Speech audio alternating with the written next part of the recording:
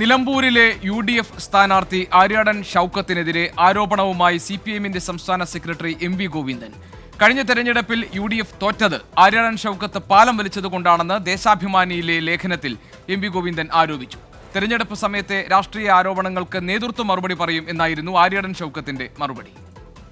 ഇത് തെരഞ്ഞെടുപ്പല്ലേ തെരഞ്ഞെടുപ്പാകുമ്പോൾ സ്വാഭാവികമായിട്ടും ഇതൊക്കെ ഒരു തെരഞ്ഞെടുപ്പ് വിവാദങ്ങൾ ഉണ്ടാവും. അതൊക്കെ സ്വാഭാവികമല്ലേ. ഞാൻ അത്തരം കാര്യങ്ങൾക്കൊന്നും ഞാൻ മറുപടി പറയുന്നില്ല. അതൊക്കെ സംസ്ഥാന ജനറൽ സെക്രട്ടറി അങ്ങനെ പറഞ്ഞെങ്കിൽ സംസ്ഥാന ജനറൽ സെക്രട്ടറിക്ക് പ്രതികരിക്കണം.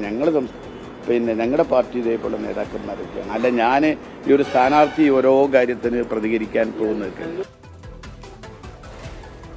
പാർട്ടി മുഖപത്രമായ ദേശാഭിമാനിയിൽ ഇന്ന് പ്രസിദ്ധീകരിച്ച ലേഖനത്തിലാണ് UDF സ്ഥാനാർത്ഥി ആര്യാടൻ ഷൗക്കത്തിനെതിരെ ഗുരുതരമായ ആരോപണങ്ങൾ CPIന്റെ സംസ്ഥാന സെക്രട്ടറി MV ഗോവിന്ദൻ ഉന്നയിച്ചിരിക്കുന്നത്. കഴിഞ്ഞ തെരഞ്ഞെടുപ്പിൽ UDF തോറ്റുപോയത് ആര്യാടൻ ഷൗക്കത്ത് പാലം വലിച്ചതുകൊണ്ടാണ് എന്നതായിരുന്നു ആ ലേഖനത്തിൽ MV ഗോവിന്ദന്റെ ആരോപണം.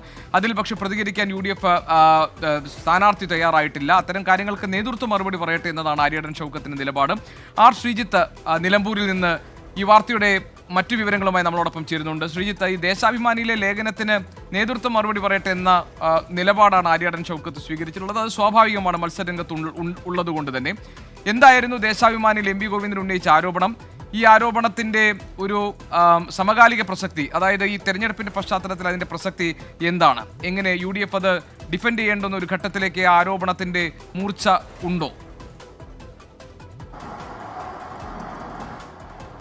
GK ദേശാഭിമാനിയിൽ എഴുതിയ പ്രതിവാര പങ്ക്തിയിലാണ് ഈ 2021 നിയമസഭാ തെരഞ്ഞെടുപ്പിൽ PV അൻവർ നിലമ്പൂരിൽ നിന്ന് ജയിക്കാനിടയായത് ആര്യാടൻ ഷൗക്കത്ത് പാലം വലിച്ചതുകൊണ്ടാണ് എന്ന ആരോപണം MV ഗോവിന്ദൻ ഉന്നയിച്ചിരിക്കുന്നത്.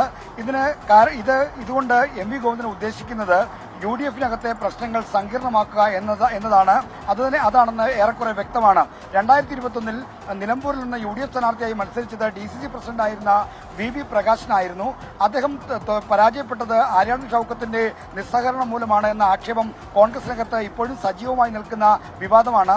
പ്രകാശിന്റെ കുടുംബം ആര്യാടൻ ഷൗക്കത്തിനെ സ്ഥാനാർത്ഥിയാക്കുന്നതിനോട് എതിർപ്പ് പ്രകടിപ്പിച്ചിരുന്നു എന്ന വിവരങ്ങളും പുറത്തു വന്നിരുന്നു.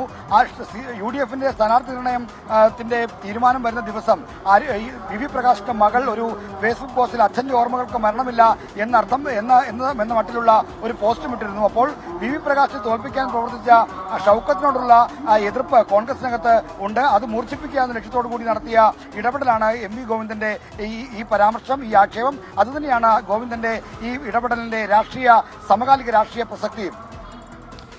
ശരി, R ശ്രീജിത്താണ് വിവരങ്ങൾ നൽകിയത് നിലമ്പൂരിൽ നിന്ന്.